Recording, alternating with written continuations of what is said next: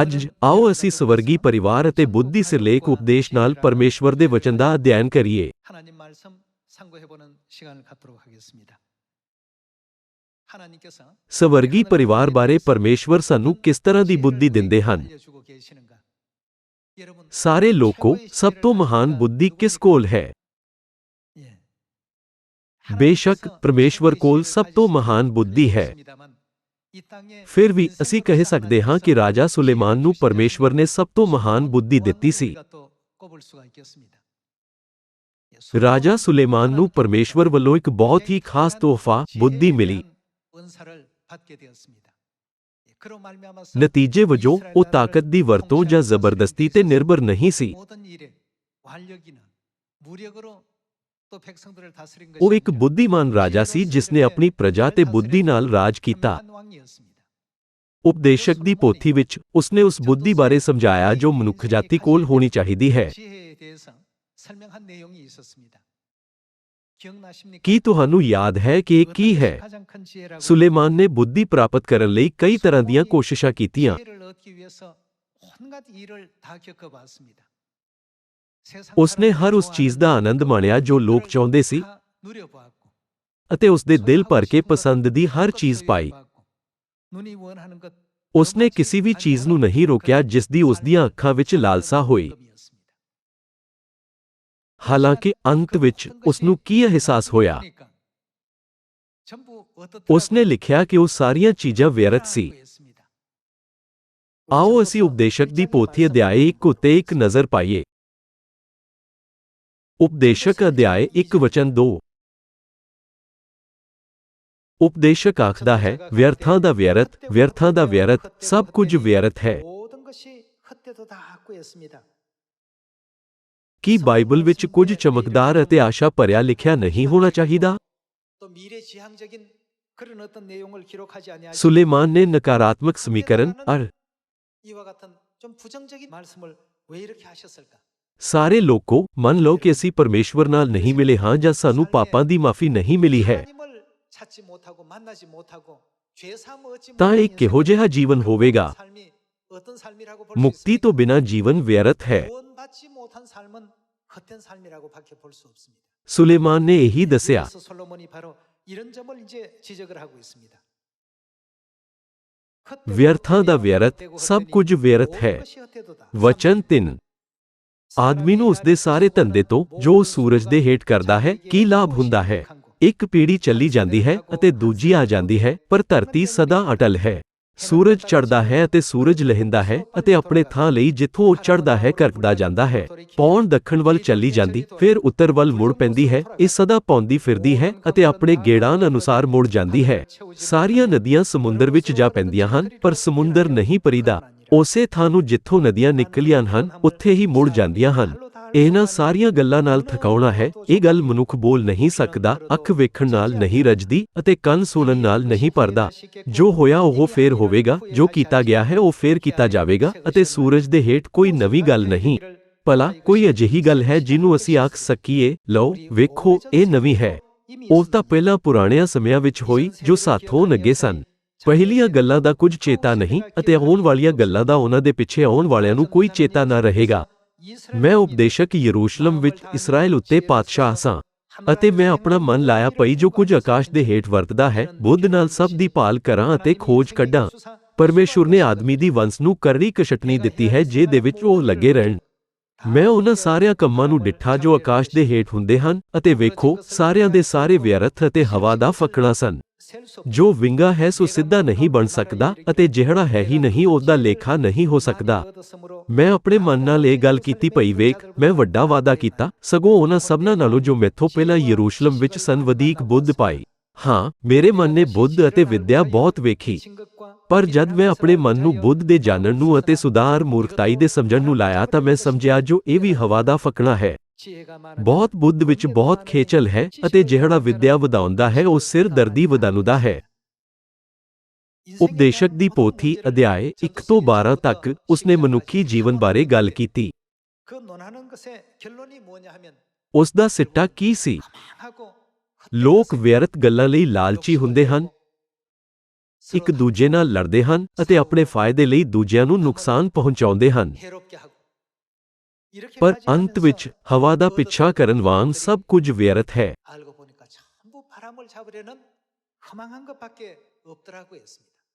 ਇਸ ਲਈ ਉਸ ਦਾ ਪਹਿਲਾ ਪ੍ਰਗਟਾਵਾ ਸੀ 헛되고 헛되며 ਵਿਅਰਥਾਂ ਦਾ ਵਿਅਰਥ, ਵਿਅਰਥਾਂ ਦਾ ਵਿਅਰਥ, ਸਭ ਕੁਝ ਵਿਅਰਥ ਹੈ। 이와 같은 말씀을 주셨습니다. ਜੇਕਰ ਅਸੀਂ ਆਪਣੇ ਜੀਵਨ ਕਾਲ ਦੌਰਾਨ ਪਰਮੇਸ਼ਵਰ ਨਾਲ ਮਿਲਣ ਵਿੱਚ ਅਸਫਲ ਹੁੰਦੇ ਹਾਂ, ਜੇਕਰ ਅਸੀਂ ਪਾਪਾਂ ਦੀ ਮਾਫੀ ਅਤੇ ਮੁਕਤੀ ਪ੍ਰਾਪਤ ਕਰਨ ਵਿੱਚ ਅਸਫਲ ਹੁੰਦੇ ਹਾਂ 얻지 못하고 ਅਤੇ ਸਵਰਗ ਦੇ ਰਾਜ ਵਿੱਚ ਪ੍ਰਵੇਸ਼ ਕਰਨ ਵਿੱਚ ਅਸਫਲ ਹੁੰਦੇ ਹਾਂ, ਤਾਂ ਸਾਡਾ ਜੀਵਨ ਹਵਾ ਨੂੰ ਫੜਨ ਵਾਂਗ ਹੋਵੇਗਾ। 바람을 잡는 ਇਹ ਵਿਅਰਥ ਹੋਵੇਗਾ। 볼 수가 없습니다. ਬਾਅਦ ਵਿੱਚ ਉਹ ਜੀਵਨ ਦਾ ਅਰਥ ਨਹੀਂ ਲੱਭ ਸਕਿਆ। 그 모든 것에 ਉਸਨੇ ਸੋਚਿਆ, 어떻게 살아야 했는지에 ਮੈਨੂੰ ਇਸ ਤਰ੍ਹਾਂ ਕਿਉਂ ਜਿਉਣਾ ਪਿਆ। 없더라는 것입니다. ਇਸ ਲਈ ਉਸਨੇ ਕਈ ਬੁੱਧੀਮਾਨ ਲੋਕਾਂ ਨਾਲ ਮੁਲਾਕਾਤ ਕੀਤੀ ਜੋ ਆਪਣੀ ਬੁੱਧੀ ਅਤੇ ਗਿਆਨ ਲਈ ਜਾਣੇ ਜਾਂਦੇ ਸੀ। 그 삶을 살고 있다라고 소문난 이들을 만나서 그들과 또 대화도 나누고 ਭਾਵੇਂ ਉਸਨੇ ਕਿੰਨੀ ਵੀ ਉਤਸੁਕਤਾ ਨਾਲ ਬੁੱਧੀ, ਪਾਗਲਪਨ ਅਤੇ ਮੂਰਖਤਾ ਦੀ ਭਾਲ ਕੀਤੀ, 희락과 온갖 것을 다 가지고 논해 보아도 ਪਰ ਉਹ ਸੱਚੀ ਬੁੱਧੀ ਨੂੰ ਨਹੀਂ ਲੱਭ ਸਕਿਆ। 자기가 찾고자 했던 영속성을 가진 지혜가 없더라는 것입니다. ਫਿਰ ਮਾਮਲੇ ਦਾ ਸਿੱਟਾ ਕੀ ਸੀ? 결론에 어떤 결론을 내렸습니까? ਪਰਮੇਸ਼ਵਰ ਦਾ ਡਰ ਮੰਨਣਾ। ਅਤੇ ਸਾਨੂੰ ਕੀ ਕਰਨਾ ਚਾਹੀਦਾ ਹੈ? 어떻게 해요? ਉਹਨਾਂ ਦੇ ਹੁਕਮਾਂ ਦਾ ਪਾਲਣ ਕਰਨਾ। ਦੂਜੇ ਸ਼ਬਦਾਂ ਵਿੱਚ ਉਹਨਾਂ ਦੇ ਹੁਕਮਾਂ ਨੂੰ ਮੰਨਣਾ। 순종하는 것. ਇਹ ਸਭ ਤੋਂ ਮਹਾਨ ਬੁੱਧੀ ਬਾਰੇ ਉਸ ਦਾ ਆਖਰੀ ਸਿੱਟਾ ਸੀ ਜੋ ਮਨੁੱਖ ਜਾਤੀ ਕੋਲ ਹੋਣੀ ਚਾਹੀਦੀ ਹੈ। 가장 큰 지혜라고 이렇게 알려주게 된 것입니다. ਸਾਰੇ ਸਵਰਗੀ ਪਰਿਵਾਰ ਦੇ ਮੈਂਬਰਾਂ ਕੋਲ ਇਹ ਬੁੱਧੀ ਹੋਣੀ ਚਾਹੀਦੀ ਹੈ। 지혜를 가져야 됩니다. ਪਰਮੇਸ਼ਵਰ ਬੁੱਧੀ ਦਾ ਸਰੋਤ, ਗਿਆਨ ਦੀ ਸ਼ੁਰੂਆਤ ਅਤੇ ਪਿਆਰ ਦਾ ਮੂਲ ਹੈ। 지식의 근본이시고 사랑의 또 근본이시기도 하시기 때문에 여러분과 저는 우리 영적 ਇਸ ਲਈ ਅੱਜ ਆਪਣੇ ਅਧਿਆਤਮਿਕ ਪਰਿਵਾਰ ਦੇ ਮੈਂਬਰਾਂ ਬਾਰੇ ਸੋਚਦੇ ਹੋਏ ਆਓ ਅਸੀਂ ਸਮਝਾਏ ਕਿ ਪਰਮੇਸ਼ਵਰ ਸਾਨੂੰ ਇਹ ਬੁੱਧੀ ਕਿਉਂ ਦੇਣਾ ਚਾਹੁੰਦੇ ਹਨ। 그 뜻을 오늘 성경의 가르침을 통해서 확인해 보도록 합시다. ਆਓ ਅਸੀਂ ਉਪਦੇਸ਼ਕ ਅਧਿਆਇ 12 ਦੇਖੀਏ। ਆਓ ਅਸੀਂ ਅਧਿਆਇ 12 ਵਚਨ 11 ਦੇਖੀਏ। ਬੁੱਧਵਾਨਾਂ ਦੇ ਬਚਨ ਪ੍ਰਾਣੀਆਂ ਵਰਗੇ ਹਨ ਅਤੇ ਇਕੱਠੇ ਬੋਲ ਲੱਗਿਆ ਹੋਇਆਂ ਕਿੱਲਾ ਵਰਗੇ ਜਿਹੜੇ ਇੱਕ ਅਯਾਲੀ ਕੋਲੋਂ ਦਿੱਤੇ ਗਏ ਹਨ। 다 한 목자의 주신 바니라. 내 아들아 ਸੋ ਹੁਣ ਹੇ ਮੇਰੇ ਪੁੱਤਰ, ਤੂੰ ਇਹਨਾਂ ਤੋਂ ਹੁਸ਼ਿਆਰੀ ਸਿੱਖ। ਬਹੁਤ ਪੋਥੀਆਂ ਦੇ ਰਚਨ ਦਾ ਅੰਤ ਨਹੀਂ ਅਤੇ ਬਹੁਤ ਪੜ੍ਹਨਾ ਥਕਾਉਂਦਾ ਹੈ। 13 ਆਓ ਵਚਨ 13 ਦੇਖੀਏ। ਹੁਣ ਅਸੀਂ ਸਾਰੇ ਬਚਨਾਂ ਦਾ ਸਾਰ ਸੁਣੀਏ। ਪਰਮੇਸ਼ੁਰ ਕੋਲੋਂ ਡਰ ਅਤੇ ਉਹਦੀਆਂ ਆਗਿਆ ਨੂੰ ਮੰਨ ਕਿਉਂ ਜੋ ਇਨਸਾਨ ਦਾ ਇਹੋ ਰਿਣ ਹੈ। 이것이 사람의 ਪਰਮੇਸ਼ੁਰ ਤਾਂ ਇੱਕ ਕੰਮ ਦਾ ਅਤੇ ਇੱਕ ਗੁੱਝੀ ਗੱਲ ਦਾ ਨਿਆਉਣ ਕਰੇਗਾ, ਭਾਵੇਂ ਚੰਗੀ ਹੋਵੇ ਭਾਵੇਂ ਮਾੜੀ। 선악간에 심판하시리라 하고 있습니다.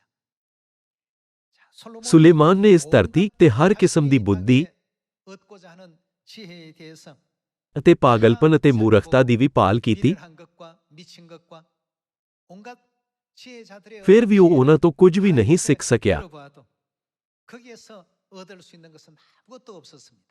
ਸਭ ਕੁਝ ਅਸਥਾਈ ਸੀ। 한시적이고 찰나적이고 순간적이고. 여러분, ਸਾਰੇ ਲੋਕੋ, 우리 인생은 ਸਾਡਾ ਜੀਵਨ ਬਹੁਤ ਛੋਟਾ ਹੈ। 짧은 인생입니다. 그래서 ਇਸੇ ਕਾਰਨ ਸਾਡਾ ਜੀਵਨ ਪੱਤੇ ਤੇ ਤਰੇਲ ਦੀ ਇੱਕ ਬੂੰਦ ਵਰਗਾ ਹੈ। 인생이라고 하죠. ਜਿਵੇਂ ਸੂਰਜ ਚੜ੍ਹਦਾ ਹੈ, ਤਰੇਲ ਦੀ ਬੂੰਦ ਗਾਇਬ ਹੋ ਜਾਂਦੀ ਹੈ। 그만큼 ਇਸੇ ਲਈ ਸਾਡੇ ਜੀਵਨ ਨੂੰ ਪੱਤੇ ਤੇ ਤਰੇਲ ਦੀ ਬੂੰਦ ਦੇ ਰੂਪ ਵਿੱਚ ਵਰਣਨ ਕੀਤਾ ਗਿਆ ਹੈ। 정말 참 ਜਿਵੇਂ ਕਿ ਅਸੀਂ ਸੋਚਦੇ ਹਾਂ ਕਿ ਸਵਰਗ ਦਾ ਰਾਜ ਕਿੰਨਾ ਨੇੜੇ ਹੈ 우리의 어떤 그 삶 ਅਤੇ ਸਾਡਾ ਜੀਵਨ ਕਿੰਨਾ ਛੋਟਾ ਹੈ, 다시 한번 생각하면서 ਤਾਂ ਆਓ ਅਸੀਂ ਪਰਮੇਸ਼ਵਰ ਨਾਲ ਇੱਕ ਕਿਰਪਾ ਭਰਿਆ ਰਿਸ਼ਤਾ ਬਣਾਉਂਦੇ ਹੋਏ ਜੀਵੀਏ। 또 한 시간 한 시간을 하나님과의 어떤 그 관계를 은혜롭게 아름답게 ਸਾਡੇ ਜੀਵਨ ਕਾਲ ਦੌਰਾਨ ਅਜਿਹਾ ਕਰਨਾ ਸੱਚਮੁੱਚ ਸ਼ਾਨਦਾਰ ਹੋਵੇਗਾ। 그러나 ਆਓ ਅਸੀਂ ਉਸ ਸੱਚੀ ਬੁੱਧੀ ਬਾਰੇ ਸੋਚੀਏ ਜੋ ਸਦੀਪਕ ਹੈ। 참 지혜를 결국 ਇਹ ਪਰਮੇਸ਼ਵਰ ਦਾ ਡਰ ਮੰਨਣਾ ਅਤੇ ਉਸ ਦੇ ਹੁਕਮਾਂ ਦਾ ਪਾਲਣ ਕਰਨਾ ਹੈ। 명령을 지키는 것. ਉਹਨਾਂ ਦੇ ਹੁਕਮਾਂ ਦਾ ਪਾਲਣ ਕਰਨ ਦਾ ਮਤਲਬ ਹੈ ਉਹਨਾਂ ਦੇ ਹੁਕਮਾਂ ਨੂੰ ਮੰਨਣਾ। ਜਿਨ੍ਹਾਂ ਕੋਲ ਸੱਚੀ ਬੁੱਧੀ ਹੈ ਉਹ ਪਰਮੇਸ਼ਵਰ ਦੇ ਹੁਕਮਾਂ ਦਾ ਪਾਲਣ ਕਰਦੇ ਹਨ। 순종할 줄 알고 따를 줄 ਆਓ ਅਸੀਂ ਇਸ ਸੰਦਰਭ ਵਿੱਚ ਇਸ ਬਾਰੇ ਸੋਚੀਏ। ਪ੍ਰਕਾਸ਼ ਦੀ ਪੋਥੀ ਵਿੱਚ ਰਸੂਲ ਯੂਹੰਨਾ ਨੇ ਉਹਨਾਂ ਲੋਕਾਂ ਨੂੰ ਦੇਖਿਆ ਜਿਨ੍ਹਾਂ ਨੂੰ ਬਚਾਇਆ ਜਾਣਾ ਹੈ। 구원받은 ਉਹ ਜਿੱਥੇ ਵੀ ਲੇਲਾ ਜਾਂਦਾ ਹੈ ਉਸ ਦੇ ਪਿੱਛੇ ਹੁੰਦੇ ਹਨ। 계시 속에서 그들은 ਪ੍ਰਕਾਸ਼ ਦੀ ਪੋਥੀ ਦੇ ਅਨੁਸਾਰ ਇਹ ਲੋਕ ਹਮੇਸ਼ਾ ਲੇਲੇ ਦਾ ਪਾਲਣ ਕਰਦੇ ਹਨ, ਭਾਵੇਂ ਉਹ ਦੇਸ਼ ਬੁਰਾ ਹੈ ਜਾਂ ਚੰਗਾ, ਭਾਵੇਂ ਸੰਸਾਰ ਅਮੀਰ ਹੈ ਜਾਂ ਗਰੀਬ, ਉਹਨਾਂ ਨੂੰ ਪਰਵਾਹ ਨਹੀਂ ਹੈ। 그런 것은 전혀 가리지 않습니다. ਅਸੀਂ ਕਹਿ ਸਕਦੇ ਹਾਂ ਕਿ ਅਜਿਹੇ ਲੋਕਾਂ ਕੋਲ ਸੱਚੀ ਬੁੱਧੀ ਹੁੰਦੀ ਹੈ। ਪਰਮੇਸ਼ਵਰ ਚਾਹੁੰਦੇ ਹਨ ਕਿ ਸਵਰਗੀ ਪਰਿਵਾਰ ਮੈਂਬਰਾਂ ਕੋਲ ਬੁੱਧੀ ਹੋਵੇ। ਫਿਰ ਅਸੀਂ ਬੁੱਧੀਮਾਨ ਸਵਰਗੀ ਸੰਤਾਨ ਕਿਵੇਂ ਬਣ ਸਕਦੇ ਹਾਂ? ਜੋ ਸੰਤਾਨ ਪਰਮੇਸ਼ਵਰ ਦਾ ਡਰ ਮੰਨਦੀ ਹੈ ਅਤੇ ਉਹਨਾਂ ਦੇ ਹੁਕਮਾਂ ਦਾ ਪਾਲਣ ਕਰਦੀ ਹੈ, ਉਹ ਅਸਲ ਵਿੱਚ ਸਵਰਗ ਦੇ ਰਾਜ ਵਿੱਚ ਧਨ ਹੋਣਗੇ, ਹੈ ਨਾ? ਆਓ ਅਸੀਂ ਬਿਵਸਥਾ ਸਾਰ ਅਧਿਆਇ 28 ਉੱਤੇ ਜਾਈਏ। ਬਿਵਸਥਾ ਸਾਰ ਅਧਿਆਇ 28 ਵਚਨ 1 ਵਿੱਚ ਇਹ ਕਿਹਾ ਗਿਆ ਹੈ, ਤਾਂ ਇਉਂ ਹੋਵੇਗਾ ਕਿ ਜੇ ਤੁਸੀਂ ਯਹੋਵਾ ਆਪਣੇ ਪਰਮੇਸ਼ੁਰ ਦੀ ਆਵਾਜ਼ ਮਨ ਲਾ ਕੇ ਸੁਣੋ ਅਤੇ ਉਸ ਦੇ ਸਾਰੇ ਹੁਕਮਾਂ ਦੀ ਪਾਲਣਾ ਕਰਕੇ ਪੂਰਾ ਕਰੋ ਜਿਨ੍ਹਾਂ ਦਾ ਮੈਂ ਅੱਜ ਤੁਹਾਨੂੰ ਹੁਕਮ ਦਿੰਦਾ ਹਾਂ, ਤਾਂ ਯਹੋਵਾ ਉਹ ਕੀ ਕਰਨਗੇ? ਜਦੋਂ ਤੁਸੀਂ ਧਿਆਨ ਨਾਲ ਪਰਮੇਸ਼ਵਰ ਦੇ ਵਚਨ ਦਾ ਪਾਲਣ ਕਰਦੇ ਹੋ ਤਾਂ ਤੁਹਾਡਾ ਪਰਮੇਸ਼ੁਰ ਤੁਹਾਨੂੰ ਧਰਤੀ ਦੀਆਂ ਸਾਰੀਆਂ ਕੌਮਾਂ ਉੱਤੇ ਉੱਚਾ ਕਰੇਗਾ। ਵਚਨ 2, ਜੇ ਤੁਸੀਂ ਯਹੋਵਾ ਆਪਣੇ ਪਰਮੇਸ਼ੁਰ ਦੀ ਆਵਾਜ਼ ਸੁਣੋ ਤਾਂ ਸਾਨੂੰ ਕੀ ਕਰਨਾ ਚਾਹੀਦਾ ਹੈ? ਸਾਨੂੰ ਪਰਮੇਸ਼ਵਰ ਦਾ ਪਾਲਣ ਕਰਨਾ ਚਾਹੀਦਾ ਹੈ, ਕਿਉਂਕਿ ਪਰਮੇਸ਼ਵਰ ਨੇ ਸਾਨੂੰ ਆਸ਼ੀਸ਼ਾਂ ਦੇਣ ਦਾ ਵਾਅਦਾ ਕੀਤਾ ਹੈ, ਇਸ ਲਈ ਉਹ ਸਾਨੂੰ ਕਦੇ ਨੁਕਸਾਨ ਨਹੀਂ ਪਹੁੰਚਾਏਗਾ। ਜੇਕਰ ਤੁਸੀਂ ਪਰਮੇਸ਼ਵਰ ਯਹੋਵਾ ਦੀ ਸੁਣੋ ਤਾਂ ਇਹ ਸਾਰੀਆਂ ਅਸੀਸਾਂ ਤੁਹਾਡੇ ਉੱਤੇ ਆਉਣਗੀਆਂ। ਇਹ ਲਿਖਿਆ ਹੈ ਕਿ ਸਥਾਨ, ਸਮੇਂ ਅਤੇ ਹਾਲਾਤ ਦੀ ਪਰਵਾਹ ਕੀਤੇ ਬਿਨਾਂ ਪਰਮੇਸ਼ਵਰ ਸਾਨੂੰ ਹਮੇਸ਼ਾ ਇਹ ਆਸ਼ੀਸ਼ਾਂ ਦੇਣਗੇ। ਮੁਬਾਰਕ ਹੋਵੋਗੇ ਤੁਸੀਂ ਸ਼ਹਿਰ ਵਿੱਚ ਅਤੇ ਮੁਬਾਰਕ ਹੋਵੋਗੇ ਤੁਸੀਂ ਖੇਤ ਵਿੱਚ। ਸਰਾਪੀ ਹੋਵੇਗਾ ਤੁਹਾਡੇ ਸਰੀਰ ਦਾ ਫਲ, ਤੁਹਾਡੀ ਜ਼ਮੀਨ ਦਾ ਫਲ, ਤੁਹਾਡੇ ਚੌਣੇ ਦਾ ਵਾਧਾ ਅਤੇ ਤੁਹਾਡੇ ਇੱਜੜ ਦੇ ਬੱਚੇ। ਮੁਬਾਰਕ ਹੋਵੇਗੀ ਤੁਹਾਡੀ ਖਾਰੀ ਅਤੇ ਤੁਹਾਡਾ ਪ੍ਰਾਤਰਾ। ਮੁਬਾਰਕ ਹੋਵੋਗੇ ਤੁਸੀਂ ਆਪਣੇ ਅੰਦਰ ਵਿੱਚ ਆਉਣ ਵਿੱਚ ਅਤੇ ਮੁਬਾਰਕ ਹੋਵੋਗੇ ਤੁਸੀਂ ਆਪਣੇ ਬਾਹਰ ਜਾਣ ਵਿੱਚ। ਤੁਸੀਂ ਹਰ ਹਾਲਤ ਵਿੱਚ ਮੁਬਾਰਕ ਹੋਵੋਗੇ, ਭਾਵੇਂ ਤੁਸੀਂ ਅੰਦਰ ਹੋਵੋ ਜਾਂ ਬਾਹਰ ਹੋਵੋ। ਸਾਡੇ ਨਾਲ ਅਜਿਹਾ ਕਦੋਂ ਹੋਵੇਗਾ? ਇਹ ਉਦੋਂ ਹੋਵੇਗਾ ਜਦੋਂ ਅਸੀਂ ਪਰਮੇਸ਼ਵਰ ਦੇ ਸਾਰੇ ਹੁਕਮਾਂ ਦੀ ਪਾਲਣਾ ਕਰਾਂਗੇ। ਆਗਿਆਕਾਰੀਤਾ ਦਾ ਜੀਵਨ ਇਸ ਧਰਤੀ ਤੇ ਸਾਡੇ ਥੋੜੇ ਸਮੇਂ ਵਿੱਚ ਸਭ ਤੋਂ ਖੁਸ਼ਹਾਲ ਜੀਵਨ ਜਿਉਣ ਦਾ ਰਾਜ਼ ਹੈ। ਬਾਈਬਲ ਸਾਨੂੰ ਖੁਸ਼ੀ ਦੇ ਇਸ ਰਾਜ਼ ਬਾਰੇ ਸਿਖਾਉਂਦੀ ਹੈ। ਇਸ ਧਰਤੀ ਤੇ ਜੀਵਨ ਸਾਡਾ ਸਭ ਕੁਝ ਨਹੀਂ ਹੈ। ਇਸ ਧਰਤੀ ਤੇ ਸਭ ਕੁਝ ਇੱਕ ਨਕਲ ਅਤੇ ਪਰਛਾਵਾਂ ਹੈ। ਭਾਵੇਂ ਰਾਜਾ ਸੁਲੇਮਾਨ ਬੁੱਧੀ ਦਾ ਰਾਜਾ ਸੀ, ਪਰ ਉਸਨੇ ਜ਼ਿਆਦਾ ਬੁੱਧੀ ਰੱਖਣ ਦੀ ਕੋਸ਼ਿਸ਼ ਕੀਤੀ। ਉਸਨੇ ਜਾਂਚ ਕੀਤੀ ਕਿ ਆਨੰਦ ਕੀ ਹੈ ਅਤੇ ਇਹ ਵੀ ਕਿ ਪਾਗਲਪਨ ਅਤੇ ਮੂਰਖਤਾ ਕੀ ਹੈ। ਉਸਨੇ ਮਨੁੱਖਾਂ ਦੀਆਂ 7 ਭਾਵਨਾਵਾਂ ਅਤੇ 5 ਇੱਛਾਵਾਂ ਅਤੇ ਜਨਮ, ਬੁਢਾਪਾ, ਬਿਮਾਰੀ ਅਤੇ ਮੌਤ ਦੀ ਵੀ ਜਾਂਚ ਕੀਤੀ। ਉਸਨੇ ਮਧੂ ਮੱਖੀਆਂ, ਤਿਤਲੀਆਂ ਅਤੇ ਫੁੱਲਾਂ ਬਾਰੇ ਵੀ ਸਿੱਖਿਆ। ਭਾਵੇਂ ਉਸਨੇ ਸਾਰੀਆਂ ਚੀਜ਼ਾਂ ਦੀ ਜਾਂਚ ਕੀਤੀ, ਪਰ ਉਹਨਾਂ ਕੋਲ ਕੋਈ ਸੱਚੀ ਬੁੱਧੀ ਨਹੀਂ ਸੀ। ਅੰਤ ਵਿੱਚ ਉਸਨੇ ਸਿੱਟਾ ਕੱਢਿਆ ਕਿ ਸਭ ਤੋਂ ਮਹੱਤਵਪੂਰਨ ਬੁੱਧੀ ਪਰਮੇਸ਼ਵਰ ਦਾ ਡਰ ਮੰਨਣਾ ਅਤੇ ਉਹਨਾਂ ਦੇ ਹੁਕਮਾਂ ਦੀ ਪਾਲਣਾ ਕਰਨਾ ਹੈ, ਜਿਵੇਂ ਕਿ ਉਪਦੇਸ਼ਕ ਦੀ ਪੋਥੀ ਅਧਿਆਇ 12 ਵਚਨ 13 ਵਿੱਚ ਲਿਖਿਆ ਗਿਆ ਹੈ। ਸਾਰੇ ਲੋਕੋ, ਕੀ ਇਹ ਸਾਰੀਆਂ ਸਿੱਖਿਆਵਾਂ ਸਿਰਫ ਉਦੋਂ ਲਾਗੂ ਹੁੰਦੀਆਂ ਹਨ ਜਦੋਂ ਅਸੀਂ ਬਾਈਬਲ ਦਾ ਅਧਿਐਨ ਕਰਦੇ ਹਾਂ? ਅਤੇ ਜਦੋਂ ਅਸੀਂ ਬਾਹਰ ਜਾਂਦੇ ਹਾਂ ਅਤੇ ਸੰਸਾਰ ਵਿੱਚ ਰਹਿੰਦੇ ਹਾਂ ਤਾਂ ਉਹ ਲਾਗੂ ਨਹੀਂ ਹੁੰਦੀ ਹੈ? ਨਹੀਂ, ਬਿਲਕੁਲ ਨਹੀਂ। ਜਦੋਂ ਸਵਰਗੀ ਸੰਤਾਨ ਪਰਮੇਸ਼ਵਰ ਦਾ ਡਰ ਮੰਨਦੀ ਹੈ ਅਤੇ ਹਰ ਸਥਿਤੀ ਵਿੱਚ ਉਹਨਾਂ ਦੇ ਹੁਕਮਾਂ ਦਾ ਪਾਲਣ ਕਰਦੀ ਹੈ, ਤਾਂ ਪਰਮੇਸ਼ਵਰ ਕਹਿਣਗੇ, ਮੁਬਾਰਕ ਹੋਵੋਗੇ ਤੁਸੀਂ ਆਪਣੇ ਅੰਦਰ ਆਉਣ ਵਿੱਚ ਅਤੇ ਮੁਬਾਰਕ ਹੋਵੋਗੇ ਤੁਸੀਂ ਆਪਣੇ ਬਾਹਰ ਜਾਣ ਵਿੱਚ।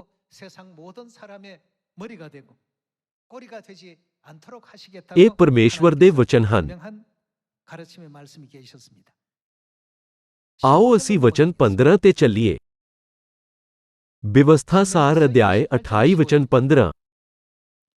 ਪਰ ਇਉਂ ਹੋਵੇਗਾ ਕਿ ਜੇ ਤੁਸੀਂ ਯਹੋਵਾ ਆਪਣੇ ਪਰਮੇਸ਼ੁਰ ਦੀ ਆਵਾਜ਼ ਨਾ ਸੁਣੋ। ਹੁਣ ਇਹ ਉਲਟ ਸਥਿਤੀ ਹੈ। ਅਣਆਗਿਆਕਾਰੀ ਦਾ ਨਤੀਜਾ ਕੀ ਹੋਵੇਗਾ? ਬਾਈਬਲ ਸਾਨੂੰ ਸਿਖਾਉਂਦੀ ਹੈ ਕਿ ਅਣਆਗਿਆਕਾਰੀ ਸਭ ਤੋਂ ਮੂਰਖਤਾ ਵਾਲੀ ਗੱਲ ਹੈ। 지혜가 아니라고 지금 알려주고 있습니다. ਆਓ ਅਸੀਂ ਫਿਰ ਤੋਂ ਵਚਨ 15 ਵੇਖੀਏ। 내가 만일 내 하나님 ਪਰ ਐਉਂ ਹੋਵੇਗਾ ਕਿ ਜੇ ਤੁਸੀਂ ਯਹੋਵਾਹ ਆਪਣੇ ਪਰਮੇਸ਼ੁਰ ਦੀ ਆਵਾਜ਼ ਨਾ ਸੁਣੋ ਪਈ ਉਸ ਦੇ ਸਾਰੇ ਹੁਕਮਾਂ ਅਤੇ ਵਿਧੀਆਂ ਦੀ ਪਾਲਣਾ ਕਰੋ ਜਿਹੜੇ ਮੈਂ ਅੱਜ ਤੁਹਾਨੂੰ ਦਿੰਦਾ ਹਾਂ ਤਾਂ ਇਹ ਸਾਰੇ ਸਰਾਪ ਤੁਹਾਡੇ ਉੱਤੇ ਆਉਣਗੇ ਅਤੇ ਤੁਹਾਨੂੰ ਜਾ ਫੜਨਗੇ। 내게 임하고 내게 미칠 것이니 ਸਰਾਪੀ ਹੋਵੋਗੇ ਤੁਸੀਂ ਸ਼ਹਿਰ ਵਿੱਚ ਅਤੇ ਸਰਾਪੀ ਹੋਵੋਗੇ ਤੁਸੀਂ ਖੇਤ ਵਿੱਚ। ਸਰਾਪੀ ਹੋਵੇਗੀ ਤੁਹਾਡੀ ਖਾਰੀ ਅਤੇ ਤੁਹਾਡਾ ਪਰਾਤਰਾ। ਸਰਾਪੀ ਹੋਵੇਗਾ ਤੁਹਾਡੇ ਸਰੀਰ ਦਾ ਫਲ, ਤੁਹਾਡੀ ਜ਼ਮੀਨ ਦਾ ਫਲ, ਤੁਹਾਡੇ ਚੋਣੇ ਦਾ ਵਾਧਾ ਅਤੇ ਤੁਹਾਡੇ ਇੱਜੜ ਦੇ ਬੱਚੇ। ਸਰਾਪੀ ਹੋਵੋਗੇ ਤੁਸੀਂ ਆਪਣੇ ਅੰਦਰ ਆਉਣ ਵਿੱਚ ਅਤੇ ਸਰਾਪੀ ਹੋਵੋਗੇ ਤੁਸੀਂ ਆਪਣੇ ਬਾਹਰ ਜਾਣ ਵਿੱਚ। ਜਦੋਂ ਅਸੀਂ ਪਰਮੇਸ਼ਵਰ ਦੇ ਵਚਨ ਦੀ ਅਣਆਗਿਆਕਾਰੀ ਕਰਦੇ ਹਾਂ ਤਾਂ ਅਸੀਂ ਜਿੱਥੇ ਵੀ ਜਾਂਦੇ ਹਾਂ ਮੁਸੀਬਤਾਂ ਅਤੇ ਮੁਸ਼ਕਿਲਾਂ ਸਾਡਾ ਪਿੱਛਾ ਕਰਦੀਆਂ ਹਨ। 어려움이 뒤따르게 된다는 사실을 알려주고 계십니다.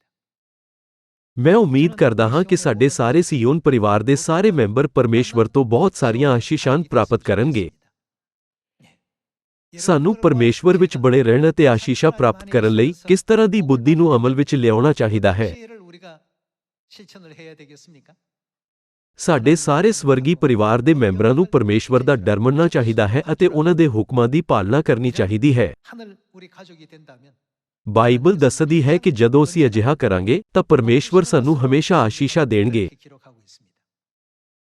그래서 ਆਓ ਅਸੀਂ ਇਸਰਾਇਲ ਦੇ ਰਾਜ ਦੇ ਇਤਿਹਾਸ ਬਾਰੇ ਸੋਚੀਏ। 역사를 우리가 바라보게 되면 ਜਦੋਂ ਅਸੀਂ ਇਤਿਹਾਸ ਤੇ ਇੱਕ ਨਜ਼ਰ ਪਾਉਂਦੇ ਹਾਂ ਤਾਂ ਰਾਜਾ ਸ਼ਾਊਲ, ਰਾਜਾ ਦਾਊਦ ਅਤੇ ਰਾਜਾ ਸੁਲੇਮਾਨ ਸੀ। 둘째 임금이었던 다윗이 있었고 셋째 임금이었던 솔로몬 왕이 있었습니다. ਰਾਜਾ ਸੁਲੇਮਾਨ ਤੋਂ ਬਾਅਦ ਇਸਰਾਇਲ ਦੋ ਹਿੱਸਿਆਂ ਵਿੱਚ ਵੰਡਿਆ ਗਿਆ, ਉੱਤਰ ਅਤੇ ਦੱਖਣ। 북쪽으로 나눠지게 됩니다. ਉੱਤਰ ਵਿੱਚ ਦੇਸ਼ ਇਸਰਾਇਲ ਸੀ ਅਤੇ ਦੱਖਣ ਵਿੱਚ ਦੇਸ਼ ਯਹੂਦਾ ਸੀ। 남쪽 나라 이름을 유다라 했습니다. ਰਾਜ ਦੱਖਣੀ ਯਹੂਦਾ ਅਤੇ ਉੱਤਰੀ ਇਸਰਾਇਲ ਵਿੱਚ ਵੰਡਿਆ ਸੀ। ਰਾਜਾ ਰਹਬੋਆਮ ਤੋਂ ਬਾਅਦ ਯਹੂਦਾ ਦਾ ਰਾਜ 20ਵੇਂ ਰਾਜਾ ਤੱਕ ਰਿਹਾ। ਇਸਰਾਇਲ ਦਾ ਰਾਜ ਰਾਜਾ ਯਾਰਾਬੋਆਮ ਤੋਂ ਸ਼ੁਰੂ ਹੋਇਆ ਅਤੇ 19ਵੇਂ ਰਾਜੇ ਤੱਕ ਰਿਹਾ। ਜਦੋਂ ਅਸੀਂ ਇਤਿਹਾਸ ਨੂੰ ਦੇਖਦੇ ਹਾਂ ਤਾਂ ਅਸੀਂ ਦੱਖਣੀ ਯਹੂਦਾ ਵਿੱਚ ਕੁਝ ਚੰਗੇ ਰਾਜਿਆਂ ਨੂੰ ਦੇਖ ਸਕਦੇ ਹਾਂ ਜਿਨ੍ਹਾਂ ਨੇ ਕੁਝ ਹੱਦ ਤੱਕ ਪਰਮੇਸ਼ਵਰ ਦੀਆਂ ਵਿਵਸਥਾਵਾਂ ਦਾ ਪਾਲਣ ਕੀਤਾ। ਹਾਲਾਂਕਿ ਉੱਤਰੀ ਇਸਰਾਇਲ ਵਿੱਚ ਰਾਜਾ ਯਾਰਾਬੋਆਮ ਤੋਂ ਲੈ ਕੇ 19ਵੇਂ ਰਾਜੇ ਤੱਕ ਕਿਸੇ ਨੇ ਵੀ ਪਰਮੇਸ਼ਵਰ ਨੂੰ ਖੁਸ਼ ਨਹੀਂ ਕੀਤਾ। ਫਿਰ ਅਸੀਂ ਪੁੱਛ ਸਕਦੇ ਹਾਂ ਪਰਮੇਸ਼ਵਰ ਨੇ ਰਾਜਿਆਂ ਦੇ ਇਤਿਹਾਸ ਨੂੰ ਬਾਈਬਲ ਵਿੱਚ ਕਿਉਂ ਦਰਜ ਕੀਤਾ? ਜਦੋਂ ਅਸੀਂ ਸਵਰਗ ਦੇ ਰਾਜ ਵਿੱਚ ਜਾਂਦੇ ਹਾਂ ਤਾਂ ਪਰਮੇਸ਼ਵਰ ਸਾਨੂੰ ਸ਼ਾਹੀ ਜਾਜਕ ਬਣਾਉਣਗੇ।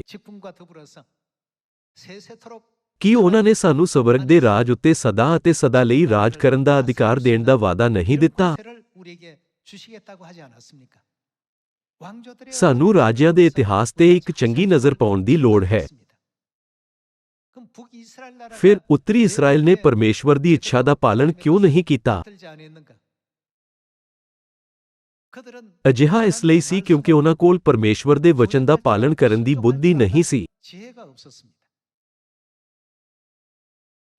ਆਪਣੇ ਦੇਸ਼ ਤੇ ਸ਼ਾਸਨ ਕਰਨ ਵਿੱਚ ਉਹ ਆਪਣੇ ਅਧਿਕਾਰ ਅਤੇ ਮਨੁੱਖੀ ਸ਼ਕਤੀ ਤੇ ਨਿਰਭਰ ਰਹੇ। ਉਹਨਾਂ ਕੋਲ ਪਰਮੇਸ਼ਵਰ ਦੀ ਕਿਰਪਾ ਦੇ ਅੰਦਰ ਇੱਕ ਸ਼ਾਂਤੀਪੂਰਨ ਅਤੇ ਖੁਸ਼ਹਾਲ ਯੁੱਗ ਦਾ ਆਨੰਦ ਲੈਣ ਦੀ ਬੁੱਧੀ ਨਹੀਂ ਸੀ। ਪਰ ਦੱਖਣੀ ਯਹੂਦਾ ਵਿੱਚ ਰਾਜਾ ਹਿਜਕੀਯਾਹ ਅਤੇ ਰਾਜਾ ਯੋਸੀਯਾਹ ਸੀ। ਉਹਨਾਂ ਨੇ ਸੋਚਿਆ ਕਿਉਂਕਿ ਅਸੀਂ ਪਰਮੇਸ਼ਵਰ ਦੀਆਂ ਵਿਵਸਥਾਵਾਂ ਦਾ ਪਾਲਣ ਨਹੀਂ ਕੀਤਾ ਹੈ, ਇਸ ਲਈ ਸਾਡਾ ਰਾਜ ਦੁਖੀ ਹੋ ਗਿਆ ਹੈ। ਇਸ ਲਈ ਬਹੁਤ ਸਾਰੀਆਂ ਮੁਸ਼ਕਿਲਾਂ ਹਨ। ਇਹ ਮਹਿਸੂਸ ਕਰਨ ਤੋਂ ਬਾਅਦ ਦੋਨਾਂ ਨੇ ਪਸਾਹ ਨੂੰ ਪਵਿੱਤਰਤਾ ਨਾਲ ਮਨਾਇਆ। ਉਹਨਾਂ ਨੇ ਸੋਚਿਆ ਇਸ ਰਾਜ ਨੂੰ ਪਰਮੇਸ਼ਵਰ ਦੀਆਂ ਵਿਵਸਥਾਵਾਂ ਦਾ ਪਾਲਣ ਕਰਨਾ ਚਾਹੀਦਾ ਹੈ। ਮੈਨੂੰ ਇਸ ਦੇਸ਼ ਨੂੰ ਪਰਮੇਸ਼ਵਰ ਦੀ ਇੱਛਾ ਦਾ ਪਾਲਣ ਕਰਵਾਉਣਾ ਚਾਹੀਦਾ ਹੈ। ਇਸ ਤਰ੍ਹਾਂ ਉਹਨਾਂ ਨੇ ਪਰਮੇਸ਼ਵਰ ਤੋਂ ਕਈ ਆਸ਼ੀਸ਼ਾਂ ਪ੍ਰਾਪਤ ਕੀਤੀਆਂ। ਅਸੀਂ ਉਹਨਾਂ ਰਾਜਿਆਂ ਦੇ ਸਮੇਂ ਵਿੱਚ ਇਸ ਇਤਿਹਾਸ ਦੀ ਖੋਜ ਕਰ ਸਕਦੇ ਹਾਂ। ਪਰਮੇਸ਼ਵਰ ਦੀਆਂ ਸਿੱਖਿਆਵਾਂ ਦਾ ਪਾਲਨ ਕਰਨ ਵਾਲੇ ਸਾਰੇ ਰਾਜਿਆਂ ਨੂੰ ਪਰਮੇਸ਼ਵਰ ਤੋਂ ਆਸ਼ੀਸ਼ਾਂ ਪ੍ਰਾਪਤ ਹੋਈਆਂ।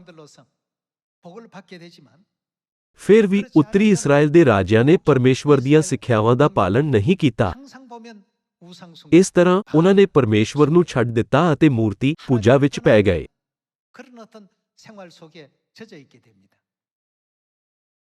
ਜੇਕਰ ਅਸੀਂ ਹਮੇਸ਼ਾ ਪਰਮੇਸ਼ਵਰ ਵਿੱਚ ਨਿਵਾਸ ਕਰਦੇ ਹਾਂ, ਪਰਮੇਸ਼ਵਰ ਦੀਆਂ ਵਿਵਸਥਾਵਾਂ ਦਾ ਪਾਲਨ ਕਰਦੇ ਹਾਂ ਅਤੇ ਪਰਮੇਸ਼ਵਰ ਦੀ ਮਹਿਮਾ ਕਰਦੇ ਹੋਏ ਪਰਮੇਸ਼ਵਰ ਦੇ ਵਚਨ ਵਿੱਚ ਰਹਿੰਦੇ ਹਾਂ, ਤਾਂ ਸਾਡਾ ਆਤਮਿਕ ਜੀਵਨ ਨਾਲ ਹੀ ਸਾਡਾ ਸਰੀਰਕ ਜੀਵਨ ਜ਼ਿਆਦਾ ਖੁਸ਼ਹਾਲ ਹੋਵੇਗਾ। ਕੀ ਤੁਹਾਨੂੰ ਅਜਿਹਾ ਨਹੀਂ ਲੱਗਦਾ? ਸਾਨੂੰ ਉਸ ਬੁੱਧੀ ਤੋਂ ਕਦੇ ਵੀ ਨਹੀਂ ਮੋੜਨਾ ਚਾਹੀਦਾ ਜੋ ਪਰਮੇਸ਼ਵਰ ਨੇ ਸਾਨੂੰ ਦਿੱਤੀ ਹੈ।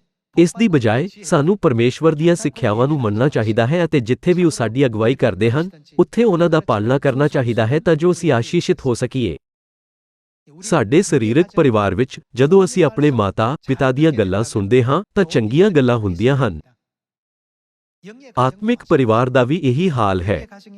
ਆਤਮਿਕ ਪਰਿਵਾਰ ਬਾਰੇ ਸੁਲੇਮਾਨ ਨੇ ਕਿਹਾ ਕਿ ਪਰਮੇਸ਼ਵਰ ਦੇ ਹੁਕਮਾਂ ਦਾ ਪਾਲਨ ਕਰਨਾ ਸਭ ਤੋਂ ਮਹਾਨ ਬੁੱਧੀ ਹੈ ਜੋ ਮਨੁੱਖ ਜਾਤੀ ਕੋਲ ਹੋਣੀ ਚਾਹੀਦੀ ਹੈ। ਉਸਨੇ ਕਿਹਾ, ਮਨੁੱਖ ਦਾ ਸੰਪੂਰਨ ਫਰਜ਼ ਇਹੀ ਹੈ। ਪਰਮੇਸ਼ਵਰ ਤੋਂ ਜ਼ਿਆਦਾ ਕਿਰਪਾ ਪ੍ਰਾਪਤ ਕਰਨ ਅਤੇ ਸੁਰੱਖਿਅਤ ਰੂਪ ਨਾਲ ਸਵਰਗ ਦੇ ਰਾਜ ਵਿੱਚ ਪ੍ਰਵੇਸ਼ ਕਰਨ ਲਈ ਪਰਮੇਸ਼ਵਰ ਦੀਆਂ ਆਸ਼ੀਸ਼ਾਂ ਜ਼ਰੂਰੀ ਹਨ। ਅਜਿਹੀਆਂ ਆਸ਼ੀਸ਼ਾਂ ਸਾਡੇ ਉੱਤੇ ਕਦੋਂ ਆਉਣਗੀਆਂ? ਜਦੋਂ ਅਸੀਂ ਪਰਮੇਸ਼ਵਰ ਦੇ ਹੁਕਮਾਂ ਦਾ ਪਾਲਨ ਕਰਦੇ ਹਾਂ। ਇਸ ਲਈ ਜਿੱਥੇ ਕਿੱਥੇ ਵੀ ਉਹ ਸਾਡੀ ਅਗਵਾਈ ਕਰਦੇ ਹਨ, ਸਾਨੂੰ ਉਹਨਾਂ ਦੀਆਂ ਸਿੱਖਿਆਵਾਂ ਤੋਂ ਕਦੇ ਨਹੀਂ ਭਟਕਣਾ ਚਾਹੀਦਾ। ਮੈਨੂੰ ਆਸ ਹੈ ਕਿ ਅਸੀਂ ਹਮੇਸ਼ਾ ਉਹਨਾਂ ਦੀਆਂ ਸਿੱਖਿਆਵਾਂ ਵਿੱਚ ਬਣੇ ਰਹਾਂਗੇ। ਆਓ ਅਸੀਂ ਪ੍ਰਕਾਸ਼ ਦੀ ਪੋਥੀ ਅਧਿਆਇ 12 ਵਚਨ 17 ਉੱਤੇ ਇੱਕ ਨਜ਼ਰ ਮਾਰੀਏ। ਪ੍ਰਕਾਸ਼ ਦੀ ਪੋਥੀ ਅਧਿਆਇ 12 ਵਚਨ 17 ਵਿੱਚ ਲਿਖਿਆ ਹੈ, ਅਤੇ ਅਜਗਰ ਨੂੰ ਇਸਤਰੀ ਉੱਤੇ ਕ੍ਰੋਧ ਆਇਆ। ਅਧਿਆਇ 12 ਵਚਨ 7 ਤੋਂ 9 ਦੇ ਅਨੁਸਾਰ ਇਹ ਅਜਗਰ ਕੌਣ ਹੈ? ਕੀ ਅਜਗਰ ਨੂੰ ਸ਼ੈਤਾਨ ਨਹੀਂ ਕਿਹਾ ਜਾਂਦਾ? ਅਤੇ ਅਜਗਰ ਦੂਜੇ ਸ਼ਬਦਾਂ ਵਿੱਚ ਸ਼ੈਤਾਨ ਨੂੰ ਇਸਤਰੀ ਉੱਤੇ ਕ੍ਰੋਧ ਆਇਆ ਅਤੇ ਉਹਦੇ ਵੰਸ਼ ਵਿੱਚੋਂ ਜਿਹੜੇ ਰਹਿੰਦੇ ਅਤੇ ਜਿਹੜੇ ਕੀ ਮੰਨਦੇ ਹਨ, ਪਰਮੇਸ਼ਵਰ ਦੀਆਂ ਆਗਿਆਵਾਂ ਦੀ ਪਾਲਣਾ ਕਰਦੇ। ਇਹ ਉਹ ਹਨ ਜੋ ਪਰਮੇਸ਼ਵਰ ਦੀਆਂ ਸਾਰੀਆਂ ਵਿਵਸਥਾਵਾਂ ਦਾ ਪਾਲਣ ਕਰਦੇ ਹਨ। ਇਹ ਲਿਖਿਆ ਹੈ, ਜਿਹੜੇ ਪਰਮੇਸ਼ਵਰ ਦੀਆਂ ਆਗਿਆਵਾਂ ਦੀ ਪਾਲਣਾ ਕਰਦੇ ਅਤੇ ਯਿਸੂ ਦੀ ਸਾਖੀ ਭਰਦੇ ਹਨ, ਉਹਨਾਂ ਨਾਲ ਯੁੱਧ ਕਰਨ ਨੂੰ ਚਲਿਆ ਗਿਆ ਅਤੇ ਉਹ ਸਮੁੰਦਰ ਦੇ ਬਰੇਤੇ ਉੱਤੇ ਜਾ ਖਲੋਤਾ। ਮੈਂ ਇੱਕ ਦਰਿੰਦੇ ਨੂੰ ਸਮੁੰਦਰ ਵਿੱਚੋਂ ਨਿਕਲਦਿਆਂ ਡਿੱਠਾ। ਸ਼ੈਤਾਨ ਕਿਸ ਦੇ ਵਿਰੁੱਧ ਹੈ? ਉਹ ਇਸਤਰੀ ਦੇ ਵਿਰੁੱਧ ਯੁੱਧ ਕਰ ਰਿਹਾ ਹੈ। ਉਹ ਉਹਨਾਂ ਦੀ ਬਾਕੀ ਸੰਤਾਨਾਂ ਵਿਰੁੱਧ ਯੁੱਧ ਕਰਨ ਲਈ ਚਲਾ ਗਿਆ ਜੋ ਪਰਮੇਸ਼ਵਰ ਦੇ ਹੁਕਮਾਂ ਨੂੰ ਮੰਨਦੇ ਹਨ।